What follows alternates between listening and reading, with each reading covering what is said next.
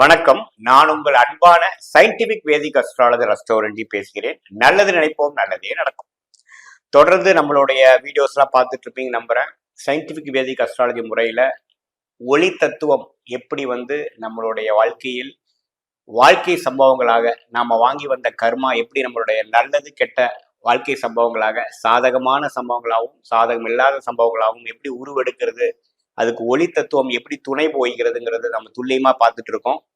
அது அந்த அடிப்படையில் பார்த்தீங்கன்னா இந்த வீடியோல சிம்ம ராசிக்காரர்களுக்கு மே 2024 மாதங்கள் எப்படி ஒரு பலாபலன்கள் கொடுக்க போகுங்கிறது நம்ம பார்க்க போறோம். இப்ப பாத்தீங்கன்னா ஆண்டு கிரகம் என்று சொல்லப்படுகிற ராகு கேது 2-8ல இருக்காங்க. 8ஆம் இடத்துல ராகுவும் 2ஆம் இடத்துல கேதுவும். அந்த அந்த 2 கிரகத்துல எந்த வித மாற்றங்களும் மே மாதத்தில் இருக்க போறது இல்லை. அதே சமயத்துல கண்டகசனியாக 7ஆம் இடத்துல ராசியவே சிம்ம ராசியவே பார்த்து சில பிரச்சனைகளும் சில டென்ஷனும் சில ப்ரெஷரையும் உங்ககிட்ட மெயின்டைன் பண்ணிட்டு இருக்கக்கூடிய சனி நிலையிலும் எந்த மாறுபாடும் மே மாதத்தில் இல்லை. குரு பெயர்ச்சி மட்டும்தான் இந்த மாதம் உண்டு.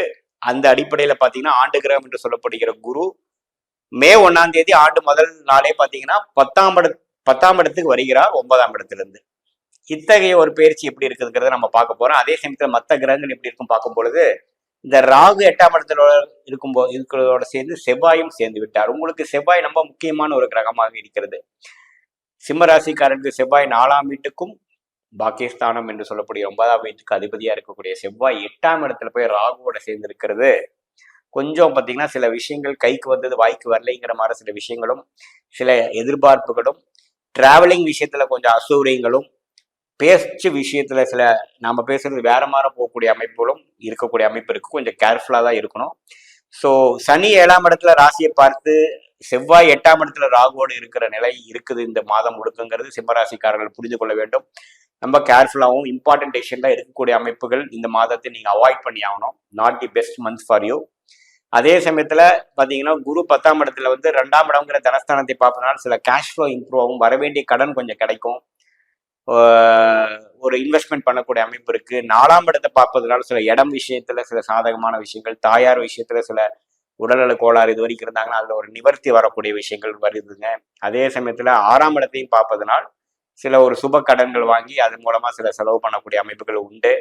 பட் பொதுவா பார்க்கும் பொழுது மே 17ஆம் தேதிக்கு அப்புறம் சூரியனே 10ஆம் இடத்துக்கு போய் அருமையான ஒரு பொசிஷனுக்கு போறார். எப்பவுமே ராசி அதிபதி 10ஆம் இடத்துக்கு போவது அருமையான விஷயம். ஸோ முதல் ஆஃப் தான் பார்த்தீங்கன்னா நான் சொன்ன ஒரு சாதகமற்ற பலன்கள் இருந்து மே 14ஆம் தேதிக்கு அப்புறம் பார்த்தீங்கன்னா சுக்கிர பகவானும் பார்த்தீங்கன்னா 19ஆம் தேதி 10ஆம் இடத்துக்கு போறார். சூரியனும் அங்கேயே இருக்கிறார், குருவும் அங்கேயே இருக்கிறார். புதனும் மே 10ல 8ல இருக்கக்கூடிய புதன் 9ஆம் இடத்துக்கு வரார். இது எல்லாமே சாதகமான விஷயங்கள். ஸோ மே 10ல படிப்படியா சில கிளாரிட்டி கிடைக்கக்கூடிய அமைப்புகள் உண்டு. கேஷ் ஃப்ளோ இம்ப்ரூவ் ஆகக்கூடிய அமைப்புகள் உண்டு. கண்டிப்பாக சில இடர்பாடுகள் நீங்கி கொஞ்சம் எல்லா விஷயங்களும் ஃபால் இன் பிளேஸ் ஆகக்கூடிய அமைப்பு உண்டு. மாணவர்களுக்கு நல்ல ஒரு கான்ஃபிடன்ஸ் கொடுக்கக்கூடிய அமைப்பு செகண்ட் ஹாஃப் ஆஃப் மேலேருந்து வரக்கூடிய அமைப்பு உண்டு. இம்பார்ட்டண்டான டிசிஷன்லாம் செகண்ட் ஹாஃப்ல பண்ணுங்க, ஃபர்ஸ்ட் ஹாஃப்ல போஸ்ட்போன் பண்ணிக்கிறது நல்ல விஷயம். அதே சமயத்தில் டிராவலிங் பண்றப்போ ஃபர்ஸ்ட் ஹாஃப்ல கேர்ஃபுல்லா இருக்கணும். இல்லத்தரசிகளுக்கெல்லாம் பார்த்தீங்கன்னா சில விஷயங்கள் இந்த சம்மர் வெக்கேஷன்ல நம்ம எங்கோ போகணும், வெளியில போகணும் அப்படிங்கிறது செகண்ட் ஹாஃப்ல பிளான் பண்ணிக்கிறது கொஞ்சம் சிறந்ததாக இருக்கிறது. ஏன்னா முதல் ஹாஃப்ல பார்த்தீங்கன்னா அந்த 8ஆம் பாவத்துல செவ்வாயும் புதனும் பார்த்தீங்கன்னா அங்கேயே இருக்கிறார். ஸோ சில விஷயங்கள் சாதகம் இல்லாமல் இருப்பதனால் மாதம் போக போக கொஞ்சம் நல்ல ஒரு விஷயமாக மாறக்கூடிய அமைப்பு இருக்கிறது. ஸோ பொதுவா இந்த மாதம் இம்பார்ட்டண்டான ஒரு டெசிஷன் எடுக்கக்கூடிய மாதமாக எடுத்துக்காமல் ஒரு மாதிரியான மெயின்டைன் பண்ணக்கூடிய ஒரு விஷயமாகவும் பேசுற விஷயத்திலையும் ஹெல்த் விஷயத்திலையும் டிராவல் பண்றக்கூடிய விஷயத்திலையும் கொஞ்சம் கவனமாக இருக்கக்கூடிய ஒரு மாதமாகவும் மாதத்தின் இறுதி பகுதி அதாவது செகண்ட் ஹாஃப் கொஞ்சம் நல்ல பலான்பாளங்களும் நீங்க எதிர்பார்த்த சில விஷயங்கள் கைகூடுற மாதிரியும் உங்களுக்கே கொஞ்சம் கிளாரிட்டி கிடைக்கிற மாதிரியும் கேஷ் ஃப்ளோ இம்ப்ரூவ் ஆகிற மாதிரியும் மாணவர் செல்வங்களுக்கு நல்ல ஒரு கான்ஃபிடன்ஸா அவங்களோட பொட்டன்ஷியலுக்கு பெர்ஃபார்ம் பண்ற மாதிரியும் சில அமைப்புகள் சில கிரகத்தின் பயிற்சிகள் கொடுக்கக்கூடிய அமைப்பு இருக்கிறதுங்க. பொதுவாக நீங்க என்ன தெரிஞ்சுக்கணும்னா இது ஒரு பொது பலன் தான் ஒழிய உங்களுடைய ஜென்ம ஜாதகத்துல உங்களுடைய தசாபுக்திகள் எப்படி இருக்குது, உங்க கிரக அமைப்பு எப்படி இருக்குது பொறுத்து தான் நம்ம துல்லியமான பலன்கள் எடுக்க முடியும். அதை நீங்க புரிஞ்சுக்கணும். இது உங்களுடைய கோச்சார அமைப்புல ஒரு பொது பலனாக தான் நீங்க சிம்மராசிக்காரருக்காகவும் இந்த ராசிக்காரருக்கும் எடுத்துக்கொள்ள வேண்டும். பொதுவாக பார்க்கும் பொழுது இந்த மாதம் முதல் பகுதி கொஞ்சம் வெயிட் அண்ட் வாட்ச் ஆகும். ரெண்டாவது பகுதி வந்து கொஞ்சம் ஃப்ரீயா எல்லா விஷயங்களும் கொஞ்சம் சாதகமா வரக்கூடிய மன அழுத்தங்கள் குறையக்கூடிய ஒரு மாதமாக கண்டிப்பாக இந்த மே மாதங்கள் இருக்கிறது.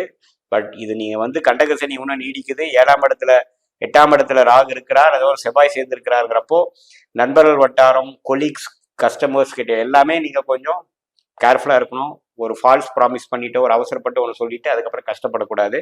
இந்த ஒரு விஷயம் மட்டும் நீங்க மெயின்டைன் பண்ணிட்டு இந்த மாதத்தை கழிக்கும் பொழுது அடுத்த வரக்கூடிய ஒரு விஷயத்துக்கு வந்து ஒரு தயாராக இருக்கக்கூடிய ஒரு நல்ல அமைப்பு உங்களுக்கு கொடுக்கும். இப்ப பாத்தீங்கன்னா இது வரைக்கும் நம்ம பார்த்துட்டு இருந்த பலன்லாம் பொது பலன்கள், அதாவது கோச்சாரத்துல வந்து ஆண்டு கிரகமாகிய ராகு, கேது, குரு, சனி எப்படி இருக்கிறாங்கன்னு பொறுத்தும், மாத கிரகங்கள் என்று சொல்லப்படுகிற சுக்கிரன், புதன், செவ்வாய், இது மாதிரி கிரகங்கள் சூரியன்ல எப்படி இருக்கிறாங்கிற பொறுத்து தான் நம்ம கோச்சாரத்துல பலன் எடுக்கிறோம். பட் உண்மையான விஷயம் பாத்தீங்கன்னா உங்களுடைய ஜென்ம ஜாதகத்துல உங்களுக்கு கிரகங்கள் எப்படி இருக்குது, நீங்க என்ன லக்னம், எந்த சாரத்துல எந்த நட்சத்திரத்துல ஒரு கிரகம் இருக்குது, ஆட்சி உச்சங்கள் எப்படி இருக்கிறது, தசாபுக்திகள் எப்படி போயிட்டு இருக்குது, இப்போ கரண்ட்ல என்ன தசாபுக்திகள் நடப்புல இருக்குதுங்கிற பொறுத்து தான் துல்லியமான பலன்கள் எடுத்து இந்த கோச்சார பலன்களும் இந்த தசாபுக்திகளும் மிக்ஸ் பண்ணி பார்க்கணும்.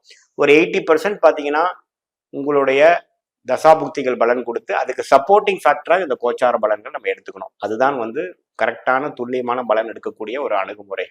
ஸோ நம்ம எதுக்கு இது பார்க்குறோம் அப்படின்னு பார்த்தீங்கன்னா, பொதுவாக இப்போ இருக்கக்கூடிய இந்த மாத காலத்துக்கு எப்படி வந்து உங்களோட அமைப்புகள் இருக்கு, சாதகமாக இருக்கிறதா, சாதகம் இல்லாமல் இருக்கிறதான்னு பார்க்குறோம். உங்களுக்கு சாதகமான தசாபுக்திகள் போறப்போ நல்ல பலன்கள், நான் சொல்லக்கூடிய பலன்கள் கொஞ்சம் தூக்கலாகவும், சாதகமற்ற தசாபுக்திகள் போகும்பொழுது நான் சொன்ன சாதகமற்ற பலன்கள் கொஞ்சம் அதிகமாகவும் சாதகமான பலன்கள் குறைவாகவும் இருக்கும் என்பதை நீங்கள் அறிந்து கொள்ள வேண்டும். மீண்டும் மற்றொரு கண்ணொலியில் சந்திப்போம். நன்றி, வணக்கம்.